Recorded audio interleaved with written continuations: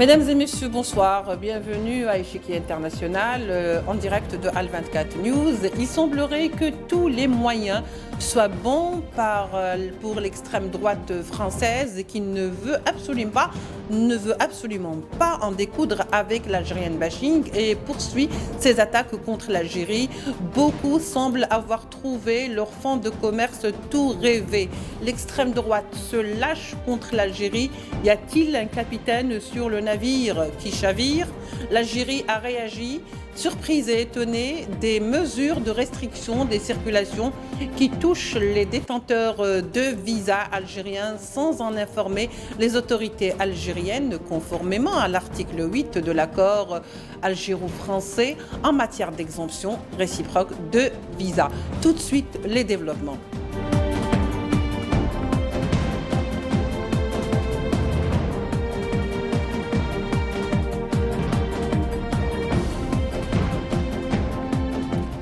Pour en parler ce soir, nous avons le plaisir d'accueillir nos deux invités réciproquement. Nous aurons avec nous Ammar Dib, qui est écrivain et juge de médiation et bien entendu international. Et il sera avec nous également Badis Khanissa, expert en questions internationales. Il est également président du think tank Émergence que nous allons tout de suite développer avec eux les détails et les contours de cette affaire. Mais avant, je vous propose, messieurs, dames, de voir ce sujet signé Asma Al-Eid pour revenir et entamer le débat.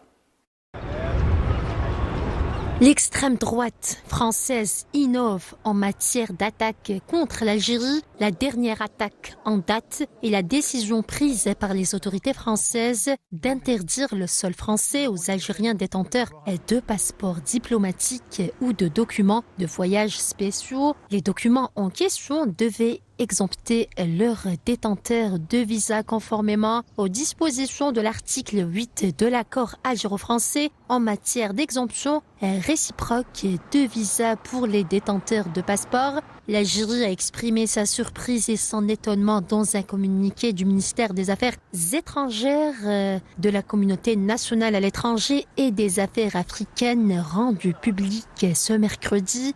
Le ministre français de l'Europe et des Affaires étrangères a fait état de mesures de restriction de circulation et d'accès au territoire français prises à l'encontre de ressortissants algériens titulaires de documents de voyage spéciaux, les exemptant de formalités de visa.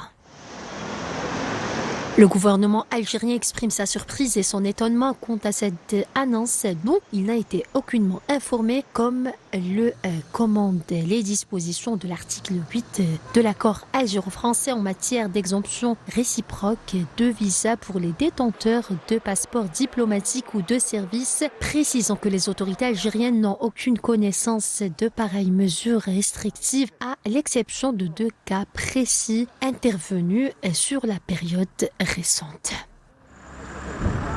Le premier cas sur demande d'explication algérienne a fait l'objet d'expressions de regret de la part des autorités françaises et a été qualifié d'incident malheureux dû à une rupture dans la chaîne de commandement. Deuxième cas intervenu très récemment fait l'objet actuellement d'une même demande d'explication adressée aux autorités françaises. L'annonce de ces mesures dont l'État algérien n'a pas été informé s'inscrit dans la longue liste des provocations, des intimidations et des menaces dirigées contre l'Algérie. Selon le communiqué, celles-ci sont de nul effet sur notre pays qui n'y cédera pas. Toute mesure attentatoire à ses intérêts fera l'objet de mesures réciproques, strictes et immédiates, est-il annoncé dans le document du ministère des Affaires étrangères algérien. L'Algérie est manifestement devenue l'enjeu de querelles politiques intra-françaises où tous les coups bas politiciens sont permis dans le cadre d'une compétition dont l'extrême droite est l'instigateur, le référent et le donneur d'ordre. Cette dynamique qui entraîne dans son sillage non seulement des forces politiques françaises mais également des membres du gouvernement français peut avoir des conséquences incalculables sur la relation algéro-française dans toutes ses dimensions, conclut le communiqué. Voilà, donc c'était un sujet signé Esmail Eid qui résume un petit peu la situation d'aujourd'hui. Badis Khanissa, pour commencer, alors qu'est-ce qui se passe? Qu'est-ce qui se passe au sein de l'extrême droite d'abord et surtout, comment se fait-il que les autorités françaises réagissent de cette manière qui vont donc dans l'escalade? Est-ce qu'ils cherchent la provocation ou la confrontation finalement? Si vous me permettez, je vais peut-être revenir un peu, faire de la chronologie, revenir faire un peu d'histoire, où Sur la il y a quelques genèse. semaines, Hmm. quelques semaines au lendemain justement du début de cette turbulence, notamment dans les relations bilatérales entre l'Algérie et la France, j'avais, ici même sur votre plateau et sur National 24, évoqué que certaines forces obscures, notamment, cherchent à faire une offrande politique qui est l'Algérie sur l'autel effectivement euh, d'arithmétique politique, puisque c'est là où le bas blesse, j'ai envie de vous dire, parce que au-delà du naufrage politique que connaît la France aujourd'hui, je ne vous fais pas de dessin, effectivement, avec un gouvernement qui est je dirais, en sursis permanent, perpétuel, et qui essaye de trouver effectivement des équilibres, notamment avec un grand écart parfois d'idéologie, notamment au sein même de l'extrême droite. Donc cet équilibre est aujourd'hui, l'Algérie en fait les frais, notamment avec cette offrande sacrificielle, mais surtout aussi j'ai une France officielle qui, et c'est regrettable, si je peux dire comme ça, c'est que la France officielle je dirais, essaye de faire valoir, ou fait valoir notamment, puisqu'elle l'a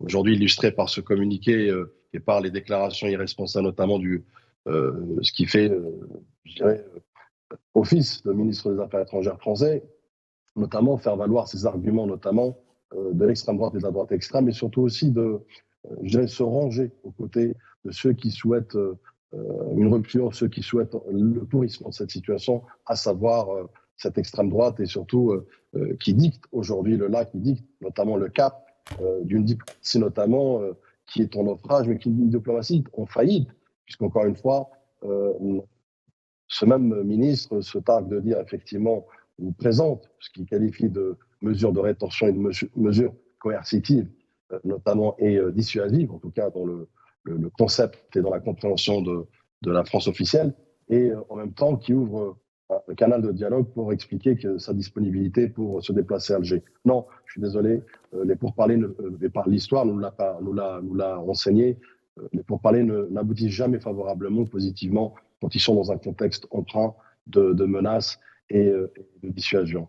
Donc, et puis, effectivement, comme je l'ai dit, l'Algérie, vous l'avez dit à juste titre au début, l'Algérie est devenue un sujet de politique intérieure et elle est devenue, je dirais, un levier de braconnage électoral. Tout le monde, effectivement, a en vue des ambitions, notamment qu'elles soient de présidence de parti, qu'elles soient de présidence tout court en 2027, ce qui fait qu'aujourd'hui, ce brouhaha, cette dichotomie, cette gabegie de la politique française incarnée aujourd'hui par malheureusement la diplomatie française qui n'a pas su être raisonnable et raisonnée, n'a pas su être sage pour mesurer le poids notamment de cette relation bilatérale, mais surtout aussi en pensant qu'effectivement en allant pêchant dans ces eaux pourpres notamment et essayer de trouver un brin de pression sur l'Algérie, elle se trompe magistralement d'ailleurs, puisque l'Algérie, à travers son communiqué, elle a su effectivement, d'abord dans une clairvoyance comme elle a su le faire depuis le début de cet épisode géopolitique et diplomatique, mais aussi elle a su réagir par obligation pour essayer de faire valoir d'abord son droit et puis surtout aussi rappeler un point fondamental, c'est que la souveraineté de l'Algérie est non négociable. Oui, très bien, Badis Khanissa. Le problème, c'est que à chaque fois, on pense que ça va s'apaiser. À chaque fois, on pense qu'il y a des voix quand même assez sages pour dire le contraire de ce qui est en train d'être propagé sur les médias mainstream français, en l'occurrence et plus particulièrement, puisque c'est de ça qu'il s'agit. Mais on voit qu'il y a, en plus des propos haineux, il y a aussi qui sont suivis d'actes. Amar Dib, vous qui êtes sur place, donc, comment faut-il finalement décrire ce qui s'est passé aujourd'hui, à savoir l'interdiction, par exemple, d'accès à des porteurs quand même de visa, des détenteurs de visa, et surtout lorsqu'il s'agit de visa diplomatique, parce qu'il y a quand même un accord passé entre les deux pays, conformément à l'article 8. Oui, bonsoir. Écoutez, bien évidemment, nous, les Franco-Algériens, ici sur le sol français, nous assistons à cette déferlante, on va dire, de propos pas très favorables, on va dire, à l'Algérie et aux Algériens plus généralement. Alors, on est spectateur de tout ça et en même temps, on essaie d'avoir une analyse appropriée, en ce sens que, vous savez, les discours qu'on peut qualifier de déplacés, que sont ceux de M. Retailleau et d'autres de la classe politique française plutôt à droite, voire à l'extrême droite, ces discours-là, dans un premier temps, si on prend un peu de hauteur, on s'aperçoit que c'est orienté vers la politique intérieure. Comme le disait le précédent intervenant, Badis Nissaoui. un certain nombre de hommes politiques et de ces femmes politiques sont en campagne. Probablement que d'ici la fin de l'année, enfin d'ici l'été, il n'est pas impossible que nous ayons, c'est même très probable, une dissolution. Donc chaque parti se mobilise en vue de cette possible dissolution et de voir qui pourrait l'emporter à ce moment-là. Et donc, comme on sent que dans les sondages, le discours qui vise à dénigrer les Algériens, l'Algérie et plus généralement les personnes issues d'immigration et les arabo-musulmans est porteur et donne des résultats dans les sondages, on a une classe politique qui suit ce rythme-là sans vraiment réfléchir. Et donc, nous sommes les victimes de cette campagne, malheureusement, mais ça ne vole pas très haut. Et dès que vous allez au fond des choses, regardez, on a eu des discours qui ont été tenus sur le fait notamment que l'Algérie ne payait pas ses factures dans le domaine médical.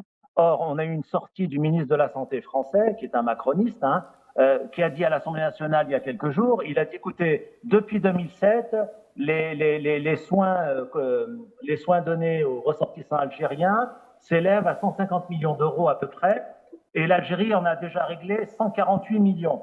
Il reste encore un reliquat de 2 millions, mais l'Algérie paye ses factures, vous voyez. Donc oui. Il a démenti tout ce qu'on entend depuis des mois sur le fait que l'Algérie ne paye pas ses factures. Donc, et quand on va au fond des choses et quand les gens on pointe les choses, on s'aperçoit que c'est de la démagogie, c'est une exploitation d'une situation en vue d'un résultat électoral vers lequel on souhaite s'orienter et aboutir. Donc, si vous voulez, il ne faut pas qu'on soit, nous, les otages de ce complot, les otages de cette dérive.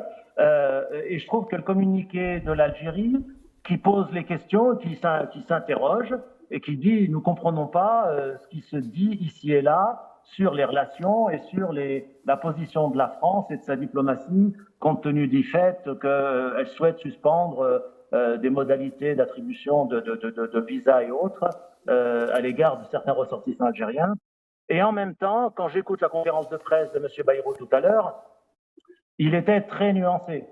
Il avait un mal fou d'ailleurs d'être à la fois directive et sévère et en même temps à être nuancé. Et d'ailleurs, ça ressemblait presque à une cacophonie parce qu'on n'y comprenait pas grand-chose. Et les commentateurs après sur les plateaux étaient du même avis que moi parce qu'ils ne savaient pas trop si M. Bayrou voulait être sévère ou s'il voulait nuancer en laissant un délai à l'Algérie de 6 semaines pour pouvoir répondre aux besoins d'avoir des ressortissants algériens rapatriés vers l'Algérie et que l'Algérie puisse donner les autorisations dans ce sens, quoi. Donc, si vous voulez, on a une cacophonie et moi, je dirais que pour les Algériens, les Franco-Algériens et la gouvernance algérienne, il ne faut pas tomber dans ce piège. Nous sommes à la veille d'échéances électorales. On a le droit à beaucoup de discours démagogiques, racistes, xénophobes. Il faut que nous prenions de la hauteur et que nous les laissions dans la mêlée et que nous, comme le fait parfois la gouvernance algérienne, c'est-à-dire qu'elle répond laconiquement par des communiqués où elle s'interroge de certains discours complètement surréalistes. Oui, très bien, Ammar. Dib, vous dites, il faut pas s'arrêter au discours. Certes, s'il fallait s'arrêter au discours, ça fait longtemps que l'Algérie ne répond plus à la provocation. Sauf que le fait est là, on passe à l'action. C'est carrément, on passe à l'action. D'où justement la réaction du ministère des Affaires étrangères algérien qui s'est dit étonné et surpris par ce genre de procédé de la part de la France sans en avoir informé l'Algérie, car les deux pays sont tenus par désaccord dans ce cas précis. D'ailleurs, à ce propos, Badis Nissa, le Conseil de la Nation algérien vient de suspendre ses relations avec le Sénat français. Faut-il faire ça a été quand même assez direct. Oui, enfin, je pense que c'est personnel effectivement à la teneur, notamment des événements, mais surtout aussi au postulat, notamment de la France. C'est un vis-à-vis, puisque on parle du Conseil du Sénat, notamment français. Je Oui. rappelle il y a quelques jours que le président du Sénat français s'est déplacé d'une manière odieuse et irrespectueuse, et surtout provocatrice, non pas envers l'Algérie, mais envers le droit international, tout simplement. Et c'est là où je dirais que la France se trompe, notamment puisqu'elle est censée être aussi membre permanent du Conseil de sécurité, donc garante notamment du droit international, y compris le droit des peuples opprimés, colonisés comme l'est le peuple sahraoui. Donc ce déplacement, effectivement, comme d'ailleurs un autre déplacement d'un membre du gouvernement de la France, ne fait que jeter de l'huile sur le feu, notamment sur une question latente, mais surtout aussi une question qui est couverte par le Conseil de sécurité et par des résolutions onusiennes très claires sur ce sujet. Donc, je considère que la réaction de notre Conseil de la Nation est une réaction appropriée, proportionnée, mais surtout aussi responsable et raisonnée, puisque, vous savez, l'Algérie, à ce jour, a tenu un comportement, je dirais, mesuré, équilibré notamment, et ce n'était pas une marque de faiblesse, loin s'en faut, mais bien au contraire, c'est pour montrer effectivement que l'Algérie est en phase avec ses principes, ses vertus, ses idéaux notamment. Mais sauf qu'aujourd'hui, comme vous l'avez dit, que ce soit à travers le communiqué notamment des affaires étrangères, mais aussi la position du Conseil de la Nation, c'est aussi une obligation notamment de réagir pour d'abord apporter une mise au point, mais surtout aussi de rappeler les fondamentaux, à savoir que le droit international, les relations et les traités bilatéraux sont régis. Quand on entend par exemple un François Bayrou, Premier ministre français, qui demande, en tout cas qui souhaite demander à l'Algérie de réviser tous les accords bilatéraux, on s'interroge notamment sur leur capacité notamment à comprendre notamment ce que c'est le droit international. On a le droit de s'interroger plus que ça. Quelle est la diplomatie aujourd'hui, notamment de la France, qui on a l'impression qu'elle navigue à vue sur plusieurs dossiers. Et d'ailleurs, la reconnaissance de la marocanité du Sahara occidental n'est que la preuve, effectivement, que cette diplomatie est otage, notamment aujourd'hui, d'une pensée néocolonialiste, notamment portée, dictée, orchestrée par l'extrême droite et la droite extrême. Et encore une fois, il faut rappeler aussi, contextualiser que l'Algérie, depuis quelque temps déjà, fait l'objet notamment de surenchères de droits, y compris de membres du gouvernement français qui sont censés être dans la réserve, qui sont censés être dans la responsabilité et l'intelligence notamment. Elle fait aussi la cible systémique, notamment de provocations, d'allégations et de diffamations outrancières. La question, par exemple, de la dette de la santé, mais pas que. C'est-à-dire, on a même essayé je dirais, d'accuser le président de la République Abdelmadjid Tebboune d'être antisémite par rapport à cette histoire d'avocat. Donc, on nage en plein délire, j'ai envie de vous dire, effectivement. Je l'avais dit et je le répète et je persiste et signe, la France aujourd'hui a des allures de cours de récréation dont, comme on l'avait dit tout à l'heure, il n'y a pas de pilote et qu'il n'y a pas de guide, il n'y a pas de cap notamment. Et malheureusement aujourd'hui, j'ai envie de vous dire, la France en perd à l'effrit puisque l'Algérie, encore une fois, se donne le droit, l'obligation aujourd'hui de défendre ses intérêts, de défendre aussi son image, sa crédibilité, même si elle n'est pas entachée à travers, vous savez, des postulats notamment juvéniles, des postulats irresponsables, que beaucoup de pays d'ailleurs aujourd'hui en témoignent, ne serait-ce qu'à travers ce volte-face de la France vis-à-vis de questions fondamentalement liées au droit international. Très bien. Ammar Dib, alors en dehors des échéances électorales, comme vous venez de le citer tout à l'heure, est-ce que l'Algérie est devenue finalement une carte de campagne pour cette extrême droite qui monte et qui donc monte en créneau contre l'Algérie et dans cette supercherie, je dirais, politicienne? Alors, oui, et en plus, je vais vous dire, il y a deux aspects. Le premier aspect, c'est que, bien évidemment, l'Algérie est ciblée, et puis la classe politique de droite et d'extrême droite a l'impression que ça mobilise. C'est-à-dire qu'on se cherche un ennemi, on en a trouvé un, on a des influenceurs qu'on veut Mm. expulser, on a eu l'attentat récemment là, de Mulhouse, donc on exploite ces faits divers à des fins politiques, bien évidemment, et en même temps, faut pas perdre le fil de la réflexion. En même temps, ça permet de pousser les Français à regarder ailleurs, à ne pas chercher à comprendre l'inflation monumentale que subissent les Français, la dette colossale de l'État français, les déboires de la France en Afrique et ailleurs, les déboires de la France dans sa position aux côtés de l'Ukraine au moment où M. Trump remet tout en question, les déboires de la France dans sa relation à M. Poutine, qu'elle n'a cessé de dénigrer et d'accuser de tous les maux depuis 3 ans, et aujourd'hui, elle supplie de rejoindre la table des négociations. Donc, quand vous analysez tout ça d'un point de vue géopolitique et d'une manière sereine, vous apercevez que l'agitation du chiffon rouge que représente l'Algérie et les affaires, on va dire entre guillemets algériennes, des influenceurs et du reste, ça permet à l'opinion publique de regarder ailleurs et de ne pas juger notre classe politique qui s'est montrée sur un certain nombre de ces sujets complètement défaillante. Vous voyez? Donc l'Algérie, c'est un peu le bouc émissaire, mais ça on le savait.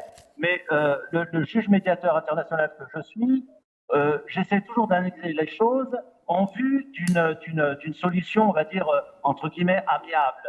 Une solution où chaque partie pourrait s'entendre et se comprendre. Et qu'est-ce qui me rend optimiste dans ce sens, c'est qu'on a quand même dans la classe politique des gens comme Dominique de Villepin, des gens comme chez les LFI, tous les responsables, tout le parti dans son ensemble est aux côtés de l'Algérie et dénonce cette dialectique guerrière, cette rhétorique agressive, on va dire, de la part de la droite et de l'extrême droite. Et en plus, M. Retailleau, malheureusement, s'est ridiculisé plusieurs fois du point de vue du droit, hein, en voulant montrer les gros bras et en n'allant pas au fond des choses et en n'essayant pas de faire les choses dans les règles de la loi. Donc, si vous voulez, il a été ridiculisé plusieurs fois. Et en même temps, ce qui doit exaspérer cette classe politique très, très excitée, c'est le fait que malgré les nombreuses agressions, malgré le dénigrement, malgré la stigmatisation systématique, l'Algérie reste sereine, l'Algérie ne se laisse pas imposer ce que la France veut lui imposer, l'Algérie continue son développement, continue à développer son partenariat avec un certain nombre de pays européens, dont l'Italie, hein, et vous pouvez comprendre qu'à un moment donné, tout ça puisse exaspérer tous ceux qui jouent les gros bras et qui finalement s'aperçoivent que non seulement ils n'impressionnent pas les autorités algériennes, et encore moins les Algériens, mais que tout ce bruit, tout ce brouhaha, en finalité ne donnera rien et n'aboutira à rien, parce que même en termes de levier, quand on analyse les choses, l'Algérie n'a vraiment, Oui, vraiment rien à craindre de la France, puisqu'elle est totalement indépendante et autonome à tout point de vue. c'est peut-être aussi ça Donc il n'y que... a vraiment aucun souci. Oui, donc c'est C'est ce peut-être qui rend aussi... exaspérant la situation pour tous ces gens, bien sûr. Très bien, Amar Dib. Badis Khnissa. Alors, en dépit de toutes les voix, parce qu'il disait qu'il y a quand même des voix qui appellent à l'apaisement, mais on n'a pas l'impression que la classe politique française aujourd'hui écoute tellement ces voix, parce qu'elle fait preuve quand même d'un autisme politique déconcertant, d'autant plus que, aussi, on pourrait se poser une autre question, Badis Khnissa, selon vous, la version de cette classe politique telle qu'elle se présente aujourd'hui en France, que cherche-t-elle? Est-ce qu'elle cherche une rupture radicale? C'est ça que cherche cette extrême droite aujourd'hui? Pardonnez-moi, juste un mot. Oui, oui, Amar Dib, je pense que... Un mot. Désolé, mon confrère. Juste un mot pour vous dire, regardez que par rapport à votre réflexion sur les Français, ce qu'ils pensent, Monsieur de Villepin, depuis le début, depuis des mois, dénonce le comportement des autorités françaises à l'égard de l'Algérie. Et le sondage d'aujourd'hui le met parmi le Français préféré de tous les Français à 53% d'attention positive. Vous voyez? Très donc, bien pour la ça veut précision. dire Donc. que nous n'avons pas que des ennemis. Voilà, je voulais Voilà, simplement très faire bien. cette précision. Merci pour la Merci. précision, Amar Dib. Alors, on revient vers Badis Khnissa. Si vous voulez, je vous repose ma question. Comment ça ira? Non, il semble, en fait, aujourd'hui pertinent de rappeler que d'abord, les membres du gouvernement, qui sont eux-mêmes affiliés et encartés à des partis politiques, cherchent d'abord de renouveler leur CDD au gouvernement, puisqu'il est de 3 mois renouvelable plusieurs fois jusqu'à la chute de la censure, de la motion de censure notamment, et la dissolution du gouvernement, d'une part. D'autre part aussi, à travers cette sémantique, je dirais, ils cherchent tant bien que mal effectivement à nourrir notamment le discours de haine, de division, de stigmatisation de l'extrême droite, puisque, comme j'expliquais tout à l'heure, dans une politique arithmétique, ils ont besoin de cet équilibre, notamment en matière de nombre, en matière de comment passer des résolutions, comment en fait maintenir ce gouvernement à flot, comment maintenir aussi une espèce de collusion, notamment avec l'extrême droite et à leur tête Marine Le Pen. Et pour cela, bien évidemment, les ennemis en général de l'Algérie nouvelle, et ce qu'elle est devenue, sa notoriété, sa diplomatie vertueuse, sa place dans l'échiquier international, sa voix écoutée par les grandes puissances, sa force de proposition, notamment dans la résolution des conflits, elle est écoutée, elle est audible, et cela dérange bien évidemment à plus d'un titre, y compris aujourd'hui, notamment ce que j'ai qualifié de nostalgique de l'Algérie française avec une pensée encore néocolonialiste. Donc tout cet agrégat, je dirais, dans la confusion la plus totale, bien évidemment, démontre aujourd'hui que cette classe politique se cherche, mais encore une fois, et vous faites bien de le rappeler, que ce soit de Villepin, Ségolène Royal et d'autres figures, notamment à LFI, à Mélenchon, ce sont des voix dissonantes, ce sont aussi des voix qui sont raisonnables et raisonnées, de sages notamment, qui voient en fait dans cette dérive, une énième dérive, parfois aux allures irréversibles, une provocation pour effectivement arriver à un point de non-retour, mais surtout aussi pour casser ad vitam aeternam la relation bilatérale, ou du moins ne pas lui permettre effectivement d'atteindre le niveau qu'elle mérite, puisque je rappelle, votre intervenant a évoqué effectivement la communauté nationale établie à l'étranger, notamment la diaspora en France, qui se compte par millions et qui est censé être un trait d'union entre les deux rives, qui est censé être aussi un liant, une passerelle notamment de renforcement et de consolidation. Bien au contraire, aujourd'hui, elle est stigmatisée, elle est marginalisée, au même titre d'ailleurs que les voix dissonantes qui appellent notamment à la raison, qui appellent au retour à la sagesse, qui appellent à mettre en place un contexte favorable de dialogue et à ouvrir des canaux de dialogue sage, mais surtout aussi un contexte favorable, je dirais, dénué de toute approche d'extrême droite et de droite extrême, mais surtout aussi dénué et dépourvu de tout braconnage électoral et de calcul étroit, notamment clanique, ou voire même de forces, je dirais, obscures notamment. Et il ne faut pas perdre en vue, notamment en filigrane, les forces et le lobby, notamment du Merzen, qui ils pèsent tout leur poids dans cette équation, notamment pour essayer de casser la relation bilatérale. Voilà, j'admets la France. Merci beaucoup, Badis Khenissa. C'est avec vous qu'on conclut. Je rappelle que vous étiez avec nous, que vous êtes expert en questions politiques internationales, également président du think tank Émergence. Merci à Ammar Dib, qui est écrivain, juge médiateur international. Merci à nos deux invités d'avoir éclairé notre lanterne. Merci à vous de nous avoir suivis.